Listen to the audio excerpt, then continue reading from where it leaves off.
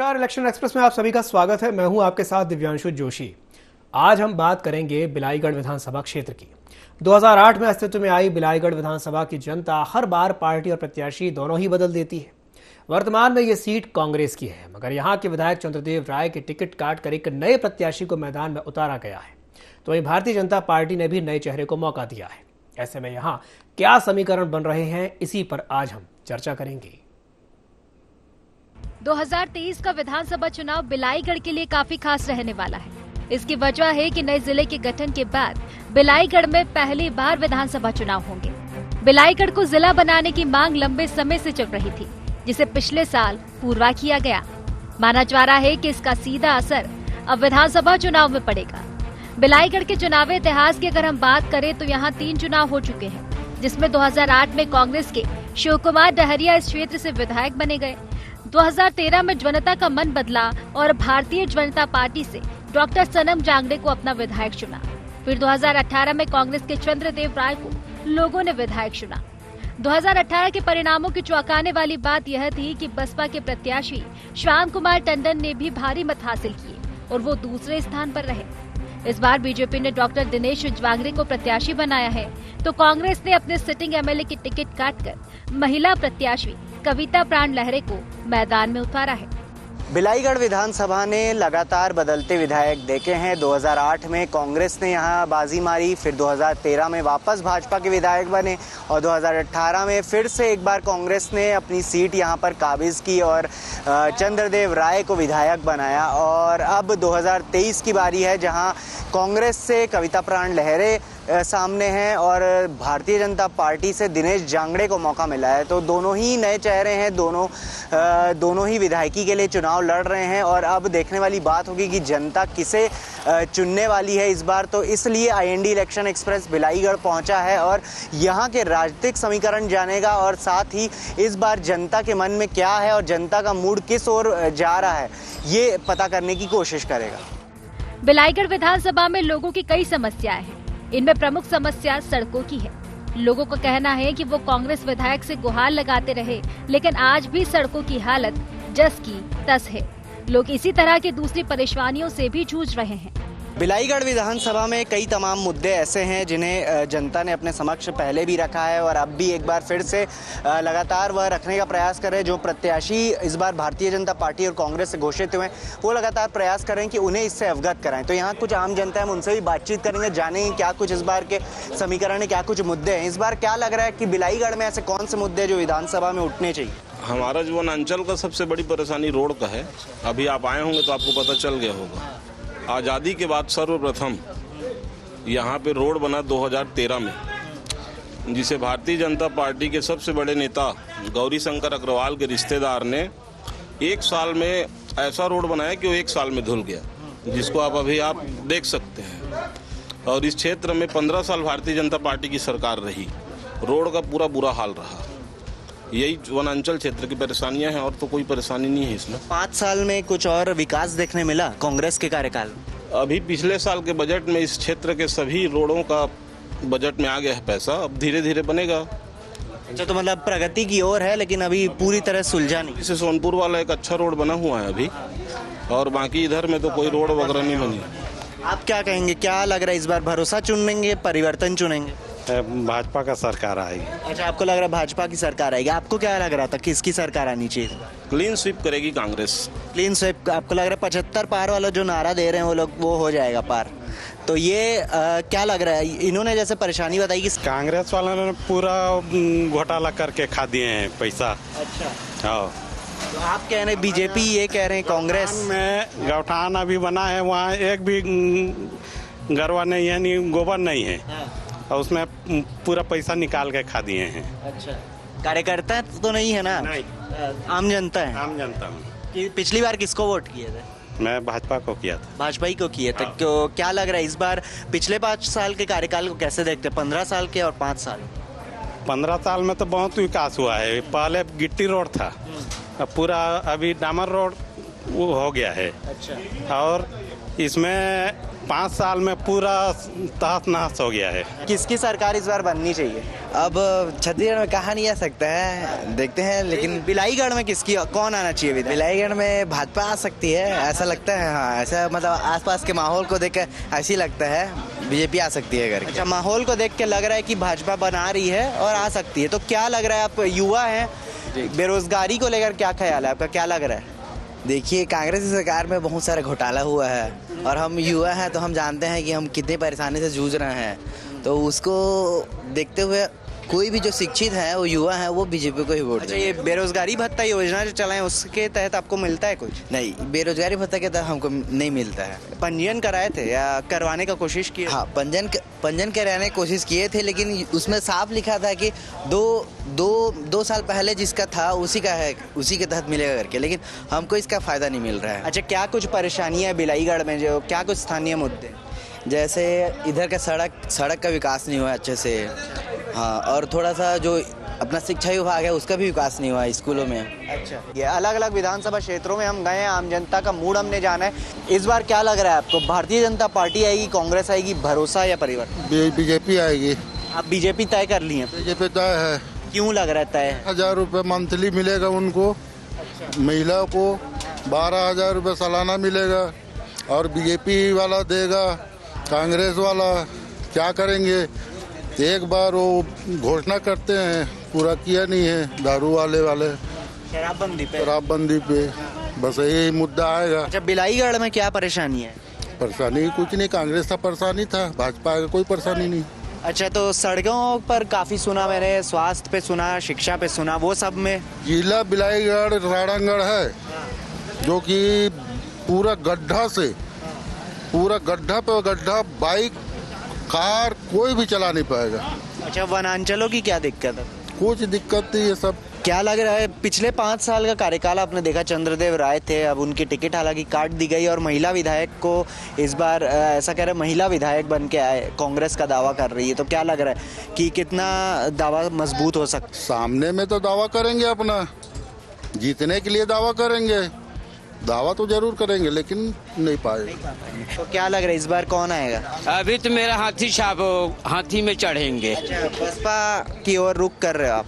भाजपा और कांग्रेस दोनों का छूट, हाथी में चढ़ेंगे, बहुत जल्द से लग चढ़ेंगे। बीजेपी और कांग्रेस दोनों का कार्यकाल देखा आपने, क्या लग रहा है किसके कार्यकाल में विकास हुआ? पहले चंद्रदेव राय था, वो पूरा घोटाला में फंसा दिया, और सनम जांगे उसके पहले था, वो भी मतलब हमारा गांव के विकास नहीं किया। इसीलिए हम हाथी में चढ़ेंगे, गिर जाएंगे कि कुछ हो जाएंगे। अच्छा, समझ गए? तो क्या लग रहा है आपके एरिया में यहाँ पर क्या विकास चाहिए आपको, व्यापारी के तौर पर क्या विकास? क्या विकास करेगा, सब अपना अभी आएगा ना तो ऐसे ऐसे हाथ मिलाएगा। समझ गए? क्या लग रहा है इस बार किसकी सरकार आ सकती है, बीजेपी, कांग्रेस? वो तो इत्तेफाक से हम ये कह नहीं सकते हैं कि किसकी सरकार आने वाली है, लेकिन मुझे तो मतलब जितना मैं देख रही हूँ अपने गांव का या फिर आसपास के क्षेत्र का माहौल, तो मुझे ये कांग्रेस ही आने वाली है जैसे लग रही है। अच्छा, कांग्रेस आने वाली, क्यों आने वाली ऐसा लग रहा है? क्योंकि हमारे क्षेत्र में जो जमीनी स्तर पे जो नेतागण हैं, और इससे जो पहले हम जो नेता देखे, जिला स्तर पे देखे, राज्य स्तर पे देखे, उन सभी का जो संगठन है वो एकजुट दिख रहा है। और जहाँ तक कि मैं कहना चाहूँगी, विकास की जो बात है, विकास तो अभी हुई नहीं है। और विकास की बात हम जहाँ पर करें, नारी की सुरक्षा की बात, तो अभी सबसे ज़्यादा रेप केस छत्तीसगढ़ में मिला है। अच्छा, बिलाईगढ़ में क्या प्रॉब्लम है, परेशानियाँ क्या है यहाँ? बिलाईगढ़ में आप मल्दी रोड को ही देख लीजिए, अभी बनी है, जब चुनाव आने वाली थी तो अभी बनी है। इससे पहले जो गड्ढा, जब जो किसान वर्ग थे जो खेत जा रहे थे, उनको इतनी परेशानी होती थी। तो क्या लग रहा है कि क्या कुछ इस बार जो प्रत्याशी या जो विधायक निर्वाचित होकर आई, क्या कुछ उन्हें पूरा करना चाहिए, क्या कुछ कार्य पूरे होने चाहिए?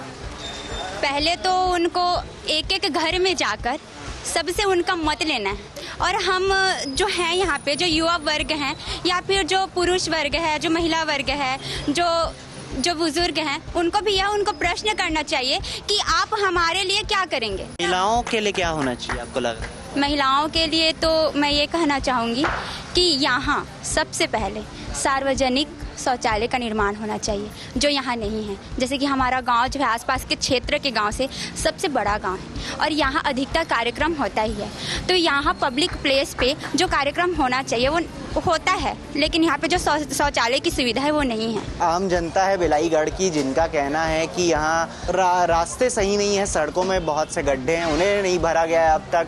साथ ही शिक्षा की बात करें तो शिक्षा का स्तर भी यहाँ पर उसमें भी कहीं विकास दिखाई नहीं दिया। भारतीय जनता पार्टी के दिनेश जांगड़े या कांग्रेस के कविता प्राण लहरे या कोई तीसरा राजनीतिक दल बसपा को भी कई लोगों ने जो है सराहा है यहाँ। तो देखने वाली बात होगी इस बार कौन भारी मतों से जीतता है। आम जनता से चर्चा करने के बाद इलेक्शन एक्सप्रेस की टीम ने प्रत्याशियों से भी बातचीत कर उनका विजन जानने का प्रयास किया। बीजेपी के प्रत्याशी डॉक्टर दिनेश जांगड़े ने कांग्रेस पर भ्रष्टाचार के आरोप भी लगाए, तो अपनी आगामी कार्य योजना को लेकर भी चर्चा की। कांग्रेस की प्रत्याशी कविता प्राण लहरे ने भी अपना पक्ष रखा। उन्होंने सिटिंग विधायक की टिकट काटकर अपने को टिकट मिलने की वजह बताई, लेकिन भ्रष्टाचार से जुड़े प्रश्न का उत्तर नहीं दे पाई। हम भाजपा प्रत्याशी के पास पहुंचे हैं जो कि दिनेश लाल जांगड़े जिन्हें बनाया गया है इस बार, उन पर संगठन ने इस बार भरोसा किया और बिलाईगढ़ से जो है उन्हें मौका दिया जा रहा है। क्या कहेंगे इस बार आपको सबसे पहले तो प्रत्याशी बनाया गया है और किस तरह से आपका विजन है आगे का? सभी पांचों मंडल में हम रेगुलर दौरा कर रहे हैं और सभी जगह भारतीय जनता पार्टी को व्यापक रूप से समर्थन मिल रहा है। और आप पब्लिक जान रही कि पिछले 5 साल में कांग्रेस ने जो वादा किया था, 36 वादा किया था, उसमें से कुछ भी वादा पूरा नहीं किया है। तो अभी जनता भारतीय जनता पार्टी को व्यापक रूप से समर्थन दे रहा है और हम इस समय भारतीय जनता पार्टी की लहर चल रही है। बिलाईगढ़ में से कौन से स्थानीय मुद्दे हैं जिन्हें आप उठाने वाले हैं इस बार, जिन पर कार्य किए जाएंगे? बिलाईगढ़ में तो मुद्दा ही मुद्दा है। आप सड़क देखिए, पूरा डबरा बना हुआ है, स्कूल की हालत देखिए और स्वास्थ्य सेवाएं देखिए, हॉस्पिटल नाम कोई चीज़ नहीं है, सिंचाई कोई सुविधा नहीं है। यहाँ के आवास देखिएगा, कच्ची आवास है। भारतीय जनता पार्टी के नरेंद्र मोदी जी ने 16 लाख आवास दिए थे, लेकिन भूपेश बघेल ने वापस कर दिए। और बहुत से हमारे यहाँ के जो बच्चे युवा है वो बेरोजगार पड़े हुए हैं, रोजगार देने का वादा किया था, नहीं किया। तो ढेर सारे मुद्दे हैं यहाँ पे। किस तरह से आगे सुधार करने वाले हैं आप? कौन सा क्या कुछ विजन है आपका आगामी 5 सालों के लिए? देखिए, पहली बात तो हमारे जो नरेंद्र मोदी जी के जो गारंटी घोषणा पत्र है उसमें तो सभी वर्गों को लेकर चल रहे, सबका साथ सबका विकास सबका प्रयास वाले जो मंत्र है उसमें देखिए गरीब लोग के लिए 18 लाख आवास जैसे ही हमारे मुख्यमंत्री बनेंगे 24 घंटे अंदर 18 लाख मकान स्वीकृत हो जाएंगे। हमारे अभी महतारी योजना है, उसमें हर महतारी को 1000 प्रति माह और 12,000 हर साल देंगे। और दूसरी चीज़ जो प्रेग्नेंट जो है हमारे जो महतारी है, जो अगर लड़की होती है तो 1.5 लाख उनके अकाउंट में सीधा उसके अकाउंट में जाएगी। और अभी 2 साल के जो बोनस है हमारे जो पिछले सरकार रमन सरकार ने नहीं दिए थे, तो 2 साल की बोनस 9,000 प्रति एकड़ के हिसाब से अभी दिया जाएगा। दूसरी चीज़ जो हमारी जो मुद्दा है, जब हम विधायक बन जाते हैं तो जनता की सेवा करने के लिए मौका मिलेगा। तो यहाँ पे जो सड़क है, सड़क एकदम ठीक से बना नहीं है, डबरा टाइप का है, वो हम सुधार करेंगे। आवागमन के साधन दुरुस्त करेंगे। हमारे जो बच्चे हैं एजुकेशन का बहुत समस्या है, स्कूल की जो क्वालिटी बढ़ाएंगे, जगह जब स्कूल खोलेंगे। स्वास्थ्य डिपार्टमेंट पूरी तरह चरमराई है, यहाँ पे स्वास्थ्य की बिल्कुल सुविधा नहीं है। बिलाईगढ़ मुख्यालय में देखेंगे, जिला तो अस्पताल है लेकिन नाम मात्रक है, वहाँ पे कोई ऑपरेशन तक भी नहीं होता है, सोनोग्राफी की सुविधा नहीं। सिंचाई का हमारे किसान कृषि प्रमुख प्रधान एरिया है, तो जहाँ कोशिश करेंगे जो बांध है बनाएंगे और एक सिंचाई का सुविधा अच्छी तरह से प्रदान करेंगे। इस बार नए चेहरों को मौका दिया गया है। पिछली बार जो विधायक थे चंद्रदेव राय, उनकी टिकट काट दी गई है कांग्रेस द्वारा और अब कविता प्राण लहरे प्रत्याशी बनाई गई है। उनको कैसे देखते हैं प्रतिद्वंदी के रूप में? देखिए, कांग्रेस की जो सांचा है सेम है, प्रत्याशी किसी को भी बनाए, सांचा तो उसी में रहे। भ्रष्टाचारी आतंकवादी भय जो है, आप कांग्रेस सरकार की आपको अच्छी तरह जानते हैं, उनकी सरकार ही भ्रष्टाचारी है, तो प्रत्याशी किसी को बनाए भ्रष्टाचारी निकलेगा। अभी भारतीय जनता पार्टी ने पढ़ा लिखा डॉक्टर को दिया है, सोच समझ के दिया है कि भ्रष्टाचारी ज़्यादा हो गए, बिलाईगढ़ में बीमारू विधानसभा हो गया है, तो एक डॉक्टर प्रत्याशी को उतारा है पढ़ा लिखा को, तो हम लोग भ्रष्टाचारी कम करेंगे, साफ़ सुथरा एक नवा बिलाईगढ़, सुघर बिलाईगढ़ और विकासशील बिलाईगढ़ बनाएंगे। तो आपने घोषणा पत्र की बात की, इसमें शराबबंदी कांग्रेस काफ़ी कह रही थी, उनके घोषणा पत्र में नहीं दिखी और आप लोगों के घोषणा पत्र में भी नहीं दिखी, तो कोई रणनीति है क्या बिलाईगढ़ के लिए शराबबंदी को लेकर? देखिए, अब भूपेश बघेल तो गंगा जल की कसम खाक बोले थे कि शराबबंदी करेंगे, कि शराबबंदी तो हुआ नहीं, बल्कि घर घर में शराब बिक रहे, कुचिया एकदम सक्रिय है, घर घर में ऑनलाइन मिल रहा है। तो हमारी जो सरकार बनेगी तो हमारे जो शीर्ष नेतृत्व जो भी निर्णय लेगी उसको मानेंगे। तो जिस तरह से यहाँ कई तमाम मुद्दे हैं, सिंचाई की बात करें, स्वास्थ्य की बात करें या हम सड़कों की बात करें, तो तमाम मुद्दे हैं जो इस बार काफ़ी जो है प्रभावशील रहने वाले हैं। स्थानीय मुद्दे काफ़ी उछाले जाएंगे इस बार विधानसभा चुनाव में, मगर इस बार भारतीय जनता पार्टी ने जो नए चेहरे उतारे वो कितना सफल साबित होगा ये देखने वाली बात है। कांग्रेस ने इस बार एक बार फिर से नए चेहरे पर दांव खेला है और जिस तरह से यहाँ सिटिंग विधायक की जो टिकट है वो कटी थी और अब एक नए प्रत्याशी को मौका मिला है, महिला प्रत्याशी को मौका मिला है, क्योंकि कांग्रेस ने दावा किया था कि इस बार वह कई महिलाओं को मौका देगी और इस बार वहीं बिलाईगढ़ से जिस तरह से कविता प्राण लहरे को जो है बनाया गया है बिलाईगढ़ का प्रत्याशी, तो हम उनसे बातचीत करते हैं, जानते हैं क्या कुछ इस बार उनके मन में है, क्या कुछ इस बार वह जनता के लिए करने वाली हैं जब अगर विधायक निर्वाचित होती हैं। तो हमार जो विधायक रही चंद्रदेव राय जी, वो अच्छा कार्य करे रही से, किसी के टिकट काट करके कोई दूसरा प्रत्याशी ले टिकट देना, वो अच्छा कार्य नहीं करिस तब बिना एक गलत बात है। अच्छा कार्य कर रही से, बस बदलाव रही से कि एक बार बिलाईगढ़ में बेटी ले देखबो के एक से तिरमुला टिकट दे। तो क्या लग रहा है इस बार क्या कुछ स्थानीय मुद्दे रहने वाले हैं आप लोग के बिलाईगढ़ विधानसभा में? मुद्दा आप देखा जाए बिलाईगढ़ विधानसभा 400 गांव हैं, 376 पोलिंग बूथ हैं, उतना मोर सदस्य बना थे, उतना कि मैं बेटी बने हाँ। आप मुद्दा के बारे में बात करिए तो बिलाईगढ़ विधानसभा में पानी की बहुत ज़्यादा कमी है, स्कूल के कमी है। मोर सपना है कि जब नारी ला टिकट मिले है, नारी ला नेतृत्व करे के मौका दे है, तो मैं नारी मन लागे बढ़ा, चाहे वो शिक्षा के क्षेत्र में हो या स्वास्थ्य के क्षेत्र में हो या फिर वो राजनीति के क्षेत्र में हो, हर क्षेत्र में मैं महिला आगे लाना चाहिए। क्षेत्र में पानी की कमी है, नहर द्वारा पानी दे के कोशिश करिए, स्कूल में टीचर नहीं है तो टीचर लाने की कोशिश करिए। अभी आप मन देखे हम माननीय मुख्यमंत्री जी घोषणा करी से जैसे ही कविता विधायक बनी वैसने हर विधानसभा से जीत हो ही, और कांग्रेस 2018 से भी ज़्यादा 2023 में जीत हुई, और जैसे सरकार बनी तो हमारे माननीय मुख्यमंत्री जी के हिसाब सबसे पहले किसान के कर्जा ला माफ़ करिए, बिजली बिल हाफ करिए, गैस सिलेंडर 500 दिहाँ, महिला समूह मन की कर्जा ला माफ़ करिए। और सबसे खुशी के बात आते कि छोटे छोटे बच्चा मतलब पहली कक्षा से लेकर के पूरा कॉलेज के पढ़ाई तक ला मैं फ्री में पढ़ा हाँ।